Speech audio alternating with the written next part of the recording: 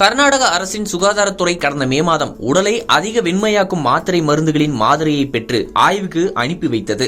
தற்போது வெளியாகியுள்ள ஆய்வு முடிவின்படி ஆபத்தான பாராசிட்டமால் 650 மாத்திரை மற்றும் 14 மருந்துகள் பயன்படுத்த கர்நாடக அரசின் சுகாதாரத்துறை தடை விதித்துள்ளது. கர்நாடகாவின் மருந்து பரிசோதனை ஆய்வகம் நாட் ஆஃப் ஸ்டாண்டர்ட் குவாலிட்டி கொண்டவை என்று கண்டறிந்ததை அடுத்து கர்நாடக அரசு மொத்தம் 15 மருந்துகள் மற்றும் அழகு சாதன பொருட்களை தடை செய்துள்ளது. சுகாதாரத்துறை அமைச்சர் தினேஷ் குண்டுராவ் புதன்கிழமை ஒரு ஆலோசனையை வெளியிட்டார். அதன்படி இந்த மருந்துகள் மற்றும் அழகு சாதன பொருட்கள் தர சோதனைகளில் தோல்வியடைந்துள்ளன.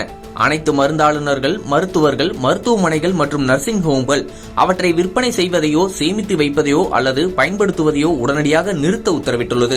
ஏதேனும் இருப்பு இருந்தால் தாமதமின்றி உங்கள் உள்ளூர் மருந்து ஆய்வாளர் அல்லது உதவி மருந்து கட்டுப்பாளரிடம் தெரிவிக்கவும். உங்கள் பாதுகாப்பு எங்கள் முன்னுரிமை. மீறுபவர்கள் மீது கடுமையான நடவடிக்கை எடுக்கப்படும் எனவும் உத்தரவிடப்பட்டுள்ளது. இந்த தயாரிப்புகளை பயன்படுத்துவதற்கு எதிராக பொதுமக்களுக்கும் எச்சரிக்கப்பட்டுள்ளது.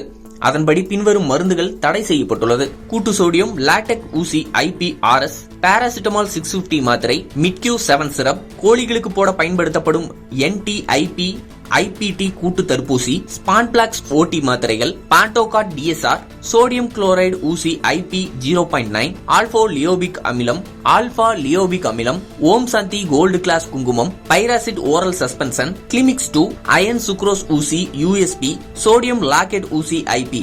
இந்த மாத்திரை மருந்துகளை மொத்த விற்பனையாளர்கள், மருத்துவமனைகள், கிளினிக்குகள் சேமித்து வைத்து விற்பனை செய்யவோ அதை பயன்படுத்தவோ தடை விதிக்கப்பட்டுள்ளது.